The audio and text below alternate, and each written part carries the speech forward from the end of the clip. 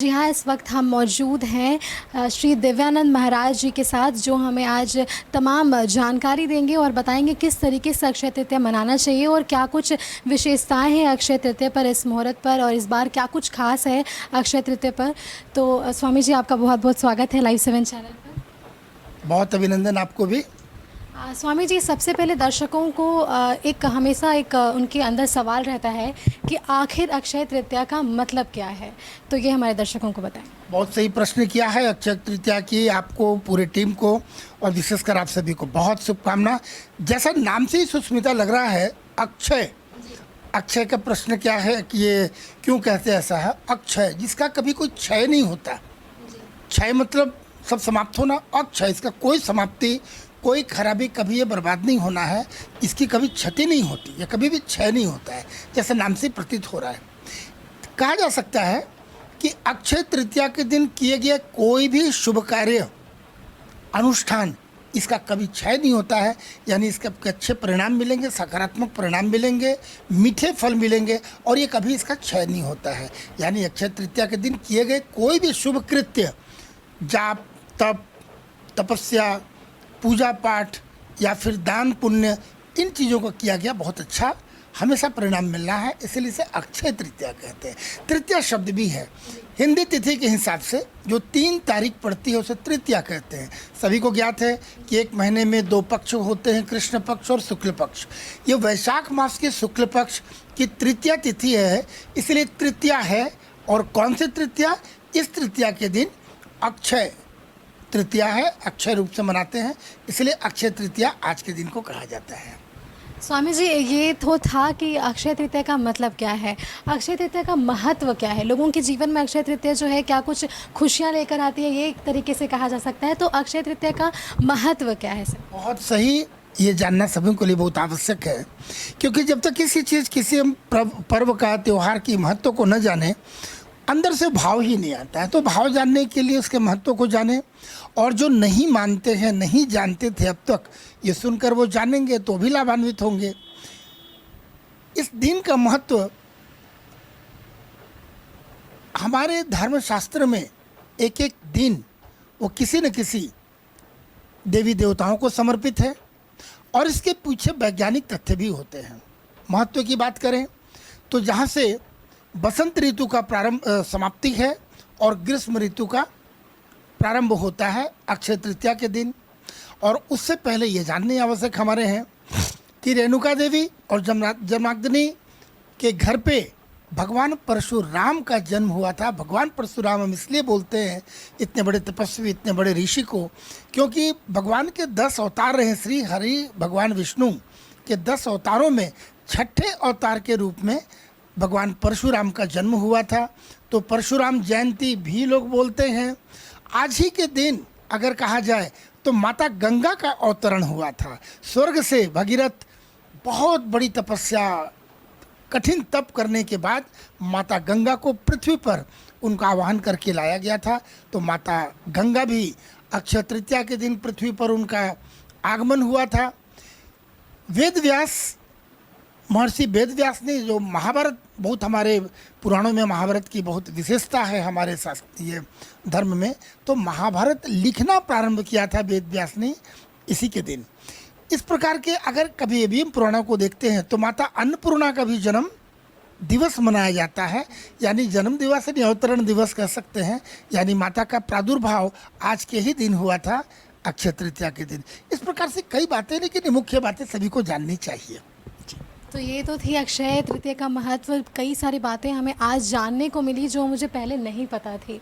तो ये था। और मैं स्वामी जी आपसे ये भी जानना चाहूँगी, कई ऐसे सारे लोग हैं जो जैसे ही अक्षय तृतीया आता है तो लोग आभूषणों की खरीदारी करना चाहते हैं, तो इसके पीछे क्या कुछ कारण है? आभूषणों की खरीदारी क्यों इस वक्त जो है ज़्यादा बढ़ जाती है? ये तो बहुत रोचक प्रश्न किया जो हमारे दर्शक देख रहे हैं। इन्हें लगता है संभवतः प्रतीक्षा थी खरीदारी वाली बात, और जितनी माताएं बहनें, उन्हें तो एक अवसर है कि तुरंत वो घर पे होगा और शाम को खरीदारी कर लेनी है। और आप भी तो एक बेटी हो ना, एक बेटी बहन हो, तो ये लग रहा है कि आपको भी अच्छी बात है। देखो ऐसा है, जो भी हमारे संपत्ति किसी प्रकार की भी संपत्ति की बात करें, ये जो करें, तो ये धन संपत्ति क्या है? हमारे आभूषण, घर की सामग्री। एक घर बसाना बोलते हैं, जो घर बसाने से संबंधित चीज़ें मुख्य रूप से धातु में सोने चांदी की चीज़, और उसके बाद आभूषण वगैरह है, सिक्के हैं, है ना, इसकी शुभता के ये द्योतक हैं। इससे पहले भी जानना आवश्यक है सुस्मिता की क्यों खरीदते हैं, तो माता लक्ष्मी और भगवान विष्णु की सम्मिलित युगल प्रतिमा की पूजा की जाती है। माता लक्ष्मी संसाधन देने वाली हैं और भगवान विष्णु हमारे पालनहार हैं। तो इन दोनों को मिलाकर एक अच्छा संसार हमारा चलता रहे, एक अच्छे घर का निर्माण। घर का अर्थ समझेंगे, मकान तो बहुत लोग बना लेते हैं लेकिन घर बसा नहीं पाते। तो जहाँ घर की बात कहते हैं तो एक घर को चलाने के लिए माता लक्ष्मी के संसाधन की भी आवश्यकता उनके द्वारा दिया गया। और जब तक भगवान विष्णु जो हमारे पालनहार हैं वो हमारे देखरेख करेंगे तभी हमारा संसार सुचारू रूप से चलेगा। इसीलिए घर में जो संसाधन है माता लक्ष्मी का प्रतीक है, हमारे धन संपदा वगैरह, और ये उसके प्रतीक हैं जो आभूषण है, विशेषकर सोने के, चांदी के, इस तरह के। तो सोने चांदी के आभूषण, उनके सिक्के, मूर्तियां भगवान के, इसे लेना आज के दिन शुभ मानते हैं। क्योंकि जैसा पहले बताया, अक्षय आज के दिन लिया गया जो शुभ चीज़ हम घर पर ला रहे हैं माता लक्ष्मी और भगवान को समर्पित करते हुए उनके चरणों में, तो वो कभी उसका क्षय नहीं होगा और हमारे घर में ये वृद्धि होती रहेगी। इस कारण से आज के दिन खरीदारी का इसका विशेष महत्व है। स्वामी जी, काफ़ी अच्छे तरीके से आपने बताया क्यों अक्षय तृतीया के दिन आभूषणों की खरीदारी की जाती है, ताकि जो सुख समृद्धि है आपके पास है उसकी कभी क्षय ना हो। लोगों के मन में एक और सवाल रहता है स्वामी जी कि इस दिन जो है किस प्रकार से पूजा की जाती है, पूजन विधि क्या है, किन की पूजा करनी चाहिए, ये भी सवाल लोगों के मन में हमेशा रहता है। इस पर क्या कहेंगे?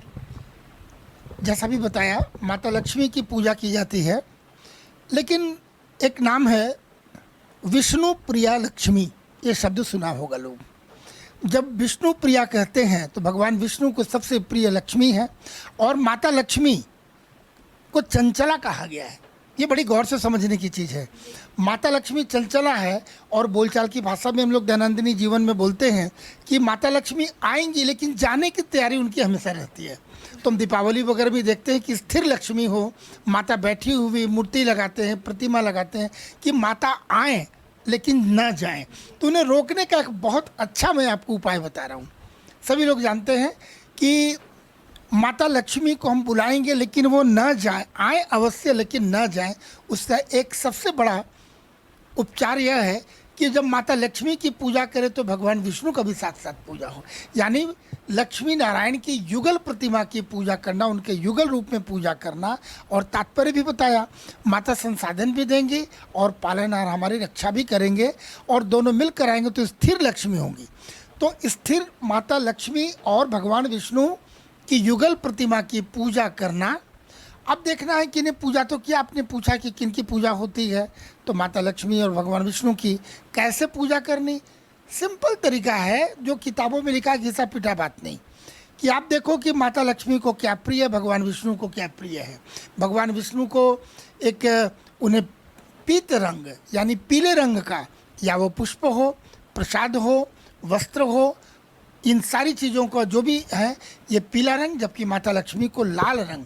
तो पीला पुष्प, लाल पुष्प, वैसे ही प्रसाद, वैसे ही नैवेद्य, वैसे ही वस्त्र उन्हें हम अर्पित करेंगे, पूजन करेंगे। धूप, दीप, गंध के साथ में पंचोपचार, षोडशोपचार अपनी सुविधा सामर्थ्य के हिसाब से हम इनकी पूजन करेंगे। और उसके बाद इस प्रकार से देखा जाए तो माता प्रसन्न होती हैं। मैं एक चीज़ और बता देता हूँ, क्योंकि लोग मुझसे जानना चाहते हैं कि कोई विशेष कभी किसी सूत्र के बारे, जिसे टोटका बोलते हैं आप। बहुत सरल चीज़ मैं बता रहा हूँ, कुछ ज़्यादा नहीं करना है और स्थिर लक्ष्मी की प्राप्ति होगी, यह भी मैं विश्वास दिलाऊँ। आप भी कर सकते हैं। सभी लाल कपड़े की पोटली बना लें और उसमें 11 कौड़ी सभी लोग जानते हैं, उन कौड़ियों को उस पर रखना। सिंपल, कुछ नहीं है। लाल हल्दी, केसर और धूप दीप से पूजा करके उसे पोटली बना लें, और कम से कम 108 बार ओम लक्ष्मी नारायणभ्यो नमः, मैं दोबारा बोल दे रहा हूँ, ओम लक्ष्मी नारायणभ्यो नमः, इस मंत्र का कम से कम आपकी सुविधा सामर्थ्य के हिसाब से कितना कर सकते हैं। कम से कम एक माला यानी 108 बार भी यदि जाप करके उसे पूजन करके अपनी तिजोरी में या और कहीं भी आप उसे घर पे रखते हैं अपना अलमीरा वगैरह में, तो कभी भी धन का क्षय नहीं होगा और आपको निरंतर लक्ष्मी की प्राप्ति होती रहेगी। तो आपने देखा कि किस तरीके से स्वामी जी ने बताया कि कैसे इसमें पूजा की जा सकती है, किन भगवान की पूजा करनी चाहिए, और इनसे हमने काफ़ी कुछ जाना और आगे भी और कुछ जानेंगे। स्वामी जी, काफ़ी लोगों के मन में होता है कि दान करने से भी काफ़ी फल की प्राप्ति होती है, तो अक्षय तृतीया पर क्या कुछ दान करना चाहिए जिनसे उन्हें विशेष फल की प्राप्ति हो, इस पर क्या कहेंगे? बिल्कुल, देखिए पूजा का अर्थ कंप्लीट कहा जाता है। पूजा में कई चीज़ें हैं। भगवान को पूजा करना, यानी उन भगवान को रिझाने का तरीका कैसे, हम भगवान को, अपने आराध्य देव को हम कैसे प्रसन्न करें, हम किस प्रकार से क्या जाप करें, कैसे तप करें, कैसे व्रत करें ताकि भगवान आराध्य देव हमारे ऊपर प्रसन्न हों। तो उसी कड़ी में ध्यान, जप, पूजा, दान भी उसी के अंदर में आता है। तो दान की भी महत्ता है हमारे पर्व त्योहारों में। जब भी एक तो अगर हम देखेंगे सामाजिक दृष्टिकोण से, तो सामाजिक समरसता बनाने के लिए हमारे समाज में कई वर्ग हैं जो कहीं ना कहीं हमारे ऊपर वो निर्भर हैं। वो पूजा कराकर, कोई शिक्षक हैं, बच्चों को विद्या दान करके, चिकित्सक स्वास्थ्य दान करके, तो कहीं ना कहीं एक बैलेंस, एक संतुलन है। समाज चले कैसे, ये पूर्वजों की बहुत बड़ी सोच थी। आते हैं धार्मिक और आध्यात्मिक दृष्टिकोण से, तो इसके भी कई अर्थ होते हैं। यदि हम ज्योतिष की बात करते हैं तो किसी व्यक्ति विशेष के ग्रहों की स्थिति के हिसाब से कभी कभी कहते ये दान तुम्हें नहीं करना है, किसी व्यक्ति विशेष के लिए कि पीला रंग नहीं दान करना है, जबकि किसी दूसरे के जातक के लिए कहा जाए कि पीला रंग का दान अवश्य करें। लेकिन मैं थोड़ा विषयांतर हो रहा है, मैं इसे एक जानकारी के लिए थोड़ा सा बस एक स्पर्श मात्र किया मैंने ज्योतिष से। लेकिन हम अक्षय तृतीया की बात करते हैं और हम पुनः वापस आते हैं कि जब भी त्यौहार और व्रत में कि जब दान करते हैं, उससे संबंधित दान, किस त्यौहार में किस चीज़ का दान करते हैं। यहाँ दान करते हैं घड़े का, जल भरा हुआ घड़ा, पंखे के दान होते हैं, खरबूजा का दान करते हैं, और ककड़ी, जो भी सीजनल अभी हमारे मौसमी फल हैं उनका दान करते हैं, सत्तू का करते हैं। और अगर सत्तू की भी बात की जाए तो एक चने का सत्तू होता है और एक जौ का सत्तू होता है। तो जौ की सत्तू की विशेष महत्ता है यहाँ। अब ये देखिए, अगर आप फिर पूछना चाहें सुस्मिता कि इसके पीछे भी अगर जानकारी की बात करें क्या कारण है, जैसा मैंने पहले ही बताया था कि बसंत ऋतु की समाप्ति और ग्रीष्म ऋतु का प्रारंभ हो रहा है। ग्रीष्म ऋतु को हमारे ब्राह्मण देवता जो हैं, जो संत महात्मा हैं, जिन्हें हम दान करते हैं, वो तो प्रतीक्षा में रहते हैं कि हमारे भक्त आएंगे, हमें कुछ दान देंगे। तो दान क्या मिलना चाहिए? अब गर्मी के दिनों में कंबल देंगे तो कोई अर्थ नहीं है, कंबल के लिए हम कहीं भी देते हैं। तो जब वो हमारे ऊपर आधारित है तो हम ऐसी चीज़ दें जो कि उन्हें उपयोग में आ जाए।